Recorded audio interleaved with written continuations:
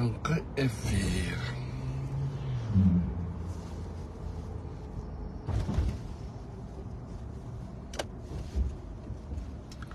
Tangkı efir.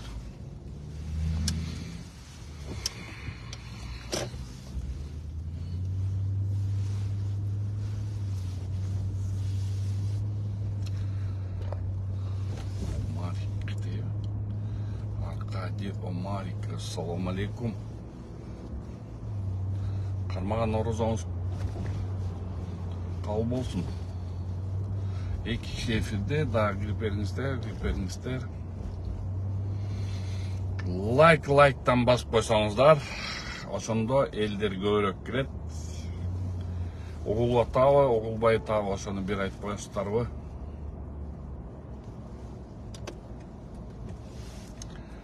О, привет, Бакыт. Кандайсың?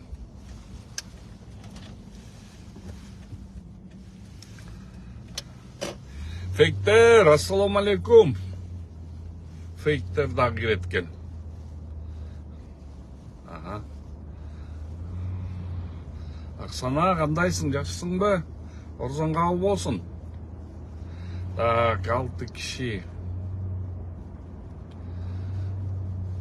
Так, бөлүшүп койсоңуздар, ошондо дагы эфирге толот экен, ошондо бул баягы плюс сурагандай эле да. 9 киши эфирде, 10 киши эфирде. Эми баштай берели.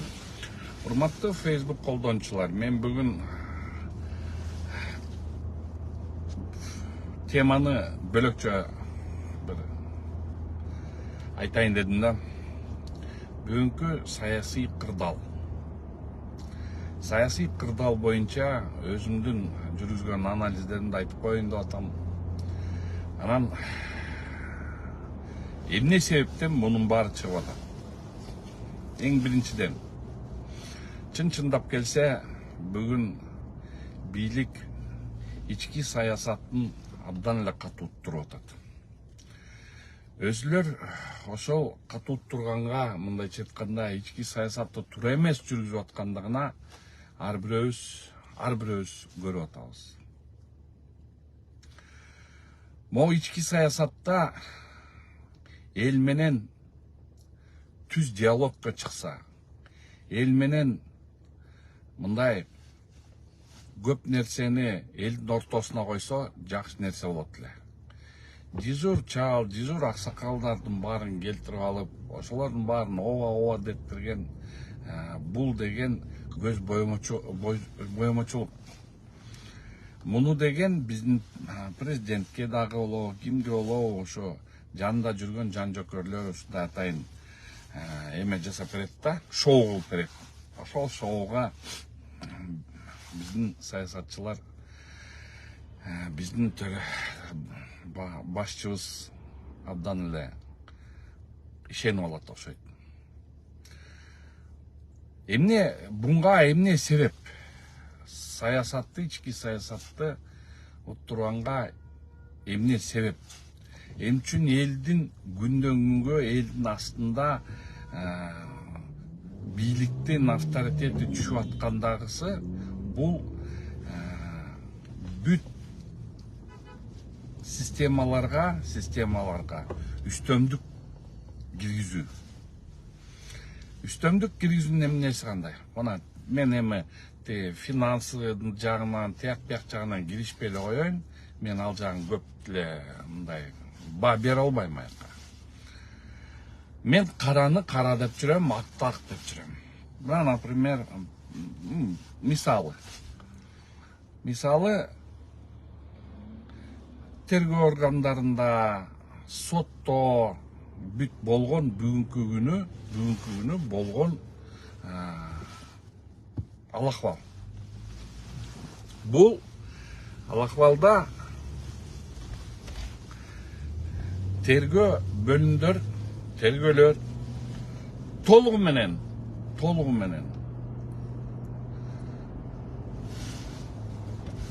баш ийип калган. Тергөөчүлөр мындайча айтканда, ким бийликке наразычылыгын айтып койсо, же бир туура эмес эметип койсо, туура эмес сөзүн же туура сөз же туура ишти туура деп айтып койсо, ошолордун баарын камап эле өзүнүн нукура баягы иштери менен алектенбей калды. Бирөө-бирөөнгө акча карыз болсо, кимиси биринчи чуркап келсе, же ошо бийликтин жанындагыларына жакыныраак болсо, ошолордун талабын талашып калышты төргөлөр. Байкуш карапайым эл өзүн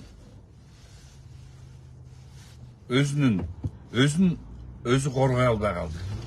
Эмне себептен дегенде, кандай болсо дагы тиякта туугандар болобу, кимиси болбосун, ошолордун сөзүн сүйлөп калды. Тергөө бөлүмдөр прокуратураны нөлгө чыгарды. Тергөө бөлүмдөрдүн өңгөчөсү ГКМБнын тергөө бөлүмдөрү, төргөчүлөр булар кандай айтат?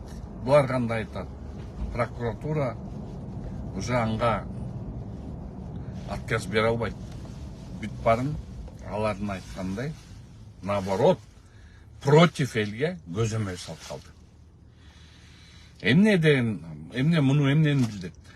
Бул эми мунун баарын эле элдин баары эле могу жерде пахта коесуң, тинтесиң, жок. Мунун бардыгына деле президентибиз болобу, председатель ГКМБ Камчы Кыдыршаевич болобу, булар анга убактысы деле жетпейт чын нерсе. Ишенген адамдарын коет ошолор жерлерге. Ошол ажооздагы, тигиздагы ишенген адамдар ачка келет алар. Ачка келгенде биринчи таба турган каяктан акча табабыз деген ошол жеңил акча табыла турган деген бирөөлөр ыйлап келет, туугандары болобу, тияктары болобу, тааныштары болобу, тетиги мага тигиндей карыз эле, бул мындай карыз эле, бул тигиндей деп иштин жагдайларын билбей туруп камагалар кыйтырып көкүрөттү. Бул калды. Андан тышкары сот, прокурор, төргөчүлөр алардын баарын сотко алып барат. Сотко алып барганда сотторун деле мен дайым айтам го, 1-майрадан соттуңар вообще ит болдуңар деп.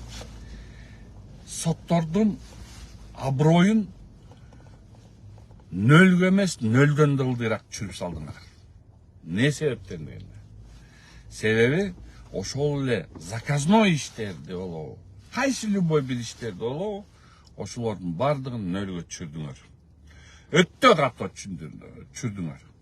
Анткени бүгүнкү күнү соттор мындай эле өйдө жакта карап калды. Соттор тандап, могу жерде келген соттор, булар эптеп ошо соттун аркасы менен жашайбыз, эптеп шаарда калалы деген эле өзүнүн креслосын сактай албай жинди болуп атышат. Жок деп айтып койгондун ордуна, жок, андай болбойт. Мыйзам чегинде биз үчүн мыйзам деп айткандын ордуна, макул, ляппай, сиз айткандай болот деп ошону менен олтурат. Бүгүнкү күнү система правосудия деген бул жөн эле кагаз иретинде эле чыгарылган документтер. Соттук процесстер бул жөн эле театр. Өңгөчөсү тергөөнү көзөмөлдөй турган соттор, булар следственный судья деп коет. Алар жөн эле мындай эме болуп калышты да, зритель. Булар мындай чыткан следственный судья олтуралы эле, зритель боло берет. Уже акыркы чечими уже даяр. Чечимин ошол эле төргөчүнүн эле токтомун тияк киргизип коет. Кайсы бир сот жок, андай болбойт, мыйзам менен чечебиз десе, ротация деген балени чыгарып алып туруп, аны эртеңки күнү тиги Баткенге олобу, каяка Сусамырга олобу чыгылса ошол жака айдай бейесиңер. Аны кылып аткан ошону менен элдин жырын кайнатып, элдин канын кайнатып кылып аткан бул бийликке плюстарды алып келбейт. Ооба, туура. Үйлөр салынып атат, школдор салынып атат. Элдер айтат, көзүңөргө көрүнбөйт деп. Көзүңөргө көрүнбөйт. Президенттин жасап аткандары туура жасап атат. Бирок кыргыздын өзүбүздүн могу жерибизде жүргөн турпатыбыз 1000 жолу жакшылык жасасаң, 1-2-3 жолу мындай туура эмес жолго түшүп калсаң, эл аны көрбөйт. Бул адамдын өзүнүн ушундай ички дүйнөсү ушундай. Соттор бүгүнкү күнү өзүнүн ишин так аткара албай калды. Так аткара алат турган деле, так аткарабыз десе деле, анга уруксат бербейт. Эмнеге бербейт уруксат? Анткени ошол эле адамдар акча таба алам, авторитет таба алам деген ой менен жүрүшөт. Аны деген ал адамдар булар карапайым элден эмес. Алар ошо бийликке жакын, бийликтин адамдары да. Бирок ошолордун бардыгын эртең күнү жокко мындай жокко чыгып кетсе, эртең күнү ошол элдер кайра жонуп жамандап калышат. Же бөтөн жамандап калышат. ГКМБ бул өзүнчө эле бир кызык структура болуп калды. Өзүнүн ишин аткара турган структура бул деген разведка, контрразведка, ошондой нерселер да. Булар бүгүнкү даже мошенничествоны бул деген МВД карай турган нерсени, МВДнын иштерин өзүлөрүн алып алып, алар тергеп баштады. А эмнеге аны тергеп атат? Анткени аякта мошенничестводо акча бар. Жеңил акча да. Коркутуп, бүркүтүп койсо эле жеңил акча. Аны балкимдер Камчек Кыдыршаевич деле билбестир. Бирок жанында жүргөн жан жөкөрлөрү, жанында жүргөн адамдары муну мындайча айтканда жасап атат. Жасаганы менен өзүлөрүнө жакшы жасап атабыз, кыйратып атабыз дегени менен элдин астында аброюн чүрүп, ошол эле Камчек Кыдыршаевичтин аброюн чүрүп аткандар ошолор. Анткени мыйзамсыз иштерге өтө көп барып атышат. Президенттин атынан сүйлөгөндөр өтө көп болуп кетти. Бул бийликтин бүгүнкү күнү көп саясий каталары бул деген өтө көп офистер болуп кетти. Мен жамандап аткан жерим жок. Мен эч кимди бир жакка үгүттөгөн жерим жок. Мен болгондо айтам. Мен бүгүнкү күнү айтарым ошол. Бүт структураларда мыйзам орнолбой калды. Анын барын президент жасап аткан жери жок. Анын барын премьер бакта деп ойлобогула. Же Камчек Кыдыршаевич. Алар үлгүрбөйт да. Ишенет. Бул блокту сен кара, биякта сен министр бол, биякта эмет деп аларга ишенсе, именно ошолор толугу менен жайлап атат. Көп нерсени айта турган нерселер бар. Көп нерсени айтпай турган нерселер бар. Бирок урматтуу Facebook колдонуучулар. Азыр ушул жерде жүрөт элдин баары. Митинг, ситинг деп. Митингден эч натыйжа чыкпайт. Биз бүгүнкү күнү митинг кылып туруп бир революция кылдык, экинчи революция кылдык, үчүнчү революция кылдык. Бирдеме өзгөрдүбү? Биз бир гана шапкени бөлөк бир башты алып туруп эле экинчи башка коюп койдук, а баягы ортодогу ортомчулдар калган боюнча калды. Бөлөк бийлик келгенде ошол бийликке жакшы көрүнүп, ой мен биякты кыйратам деп туруп, еще больше өзлөрүнө мындайча айтканда акча жасап башташты. Бул деген бийликтин трагедиясы. Бул бийликтин трагедиясы. Элдин кыжыры кайнаганы күндөн күнгө көбөйүп атканын көрүп атабыз. Ошо элдин баарын кыжыры кайнап атканын көрүп, ошолордун баарын жасап атканда андан 5 бетер көбөйтүп атасыңар. Камап эле, сүйлөгөндүн баарын эле камап атасыңар.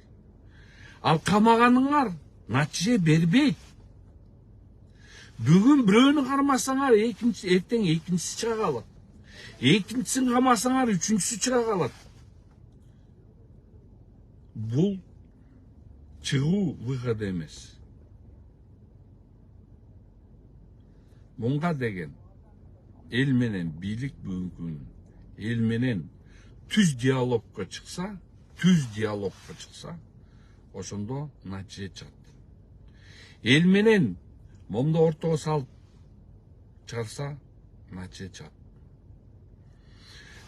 Тет жерде СИЗОдо олтургандарды алар келип алып туруп, эртеңки күнү тим эле кемпир абадчылар чак алып туруп, тим эле кыйратып ет деп коркуп атасыңарбы? Кыйрата албайт. Кыла албайт. Чыкпайт алардын артына адамдар. Бирок аларды аякта кырмаганыңар эмне кереги бар? Тет жерде кыйкырат, өкүрөт, бирок эл өзү тажады. Момундай митинг-ситингдер эл тажады. Андан эмне коркосуңар? Тет жерде бир тиктоктон, соцсеттердин бирөө бирдеме деп сүйлөп койсо, ошолордун баарын четинен эле камап атасың. Ал жалгыз Коколой баш эмне кыла алмак эле? Эч кыла албайт. НКО жөнүндө закондор, мыйзамды кабыл атасыңар, бул туура нерсе. Ошолорду карагыла. Ошолордун келген кеткен акчасын карасаңар, ошондо натыйжа чыгат. Тет жерге качып кеткен олигархтарды карасаңар, ошолордун келе турган акчаларыңарды карасыңар, изилдесеңер, ошондон толук чыгат. Карапайымдан толук чыкпайт. Карапайым айтып коет. Ошон үчүн кыргыздын элибизде илгертен бери калган сөзүбүз бар. Кыргыз эли коркпойт мындай сөздөн, мындай иштерден. Кыргызыбыз айтып жүргөн, кыргызыбыздын тилин буй албайсыңар. Ошон үчүн кыргыздын макалы бар болчу. Баш кесмей бар, тил кесмей жок деп. Балкимдир бүгүнкү мен айтканымдан силер бүгүнкү күнү мен да азыр могу жерге фейктер кирип алып туруп, мен да жайлашыңар мүмкүн. Андан уже эч ким мындай эме карабай калды. Бирок мен чындыкты айтып атам да. Мен митингтерге каршымын. Мен митингтерге эч качан чыгарбайм. Анткени митингге чыгаргандан кийин эртең күнү жоопкерчилик бар ошонго. Эртең күнү туура багытта кетсе анга жоопкерчилик бар. Туура эмес багытта кетсе анга да жоопкерчилик бар. Керек жок. Тет жерде за рубежом жатып алып, чет жакка чыгып алып туруп, биякта миллиондорунан ажырап калгандар, алар олтурат. Биз кайра могу акчабызды берсек, эртең күн тиякка барып алып туруп, тияктан өзүбүздүн акчабызды кайра кайтып алабыз деген сөздөр да бар. Бирок чындыкка дал келип атат да. Чындыкка дал келип атат. Ошон үчүн мен бийликке дагы бир мындай айтып кетет элем. Урматтуу бийлик. Репрессияларыңарды токтотпосоңор, момдай өзүңөрдүн тет жерде жан жөкөрлөрүңөр бир сыйра тазалабасаңар, силердин аброюңарды сактай албай каласыңар. Күч структуралар, силер өзүңөр момдай өзүңөрдүн кызыкчылыгыңар үчүн элдин баарын каматканыңар токтотпосоңор, силер эртең ошол бийликке мындайча айтканда саботаж кылып атасыңар. Соттор, силер бүгүнкү күнү мыйзамды карап, карапайым элдин тагдырын талашпасаңар, силер да бүгүнкү күнү бийликке саботаж кылып атасыңар. Бийлик деле кыйратып, мындай жыргап аткан бийлик деле мындай өзү мындай кадам жасабай атат. Элдин астына кадам жасабай атат. Кайсы бир собрание болсун, болбосун, жүзүр чалдар, жүзүр аялдар келип алып туруп айтып атат. Мына бүгүнкү мындай эле пример. Уранга каршы чыккан эмне деген элдер каршы чыкты эле. Бул сапар келди. Силер каршысыңар. Эч ким каршы эмеспи деп туруп Сабдын Нурожевич айтып кетти. Бирок ачык дебаттарга чыгып калса, ачык диалогторго чыгып калса, эл каршы болот. А эмнеге президент барып алып туруп ушуну айтыш керек? Ошол жерде ошол эле уран казабыз дегендер, булар деген научный работниктер менен далилдеп бериш керек. Элдин астында иштер жүргүзүш керек да. Момдай иштерди кылалы, момдай болот, түшүндүрмөлөрдү, ошол жерде ар бир үй керек болсо үйлөрдү кыдырыш керек. Элге түшүндүрүш керек. Анын ордуна, туура, мына эч ким каршы болгон жок, давайте деп эле мындай көтөнзордук менен. Бул да туура эмес. Бул өтө туура эмес. Адамдарды бартасыңар.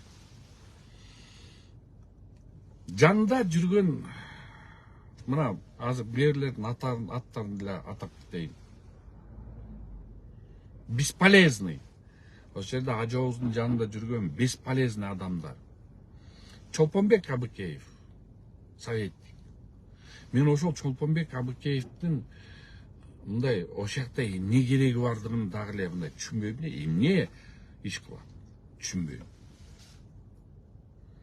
Наоборот, анын жанында ким эле Байсалов толку көбүрөөк да, толку көбүрөөк. Эмнеге дегенде, ар бир падыша өзүнүн жанына клоун алып жүрчү. Андай клоундар керек. Ал деген бизи бул негизи андай да адамдар керек. Путиндин дорунда, Путиндин жанында жүргөн илгери Жириновский ошондой болчу. Ошондой чоң. Андайлар керек. Элди мынтип алаксыткан. Мен ошол жерде түшүнбөйм. Дайыр инимдин эмне кылып атканын. Наоборот, элдин гыжырын кайнатып атат. Өзүнүн фейк фабрикасы. Баарыбыз эле белгилүү. Мен деле Дайырга жамандыгым жок. Бирок ошол жалаң фейк фабрикалар менен элдин гыжырын эметип жамандап. Мейли ошол эле фейк фабрикалар болсун. Ошол фейк фабрикалар мындай конструктивдүү комментарий жазса, же мындай спор жазса жакшы. Алар андай жазбайт да. Энеңди сы, энеңдин кыр, өтүңдү алам, көтүңдү дене мындай деген сөздөрдү сүйлөйт да. Ошол комментарийлер жазат. Анан кийин сен тилсиң, сен булсуң, сен бул улутсуң, сен орускусуң, аракусуң деп ушундай нерселер. Бул деңгел. Мындай деңгел менен жакшылык болбойт. Каныбек Түменбаев жаман жигит эмес, көрүнүп атат. Иштеп атат, чуркап атат, аракеттенип атат. Бирок кызыкчылыктын баары бөлөктү болуп атпайбы? Бүт барын управ делами келет, алып атат, эми ипотекалык компанияларды алып атат. Бул билеген коммерческий корпорация түзүп атабы деген ой кетет. Ошондой нерселерди мындай илгертен бери бизде конституцияда каралган. Любой кайсы нерсени мамлекеттик деңгээлде карала турган нерсени мында общественное обсуждениега чыгарчы. Кайсы мыйзам болбосо анда общественное обсуждение чыгарчы. Кайсы бир сөз болбосун общественное обсуждениега чыгарчы. Мейли ошол обсуждениялар эртең күнү болобу болбойбу, бирок ал элдин астына обсуждение койчу. Бүгүнкү күнү обсуждение жок. Мен билем, момундай кылышыңар керек, мен билем. Болду. Башка эчтеке жок.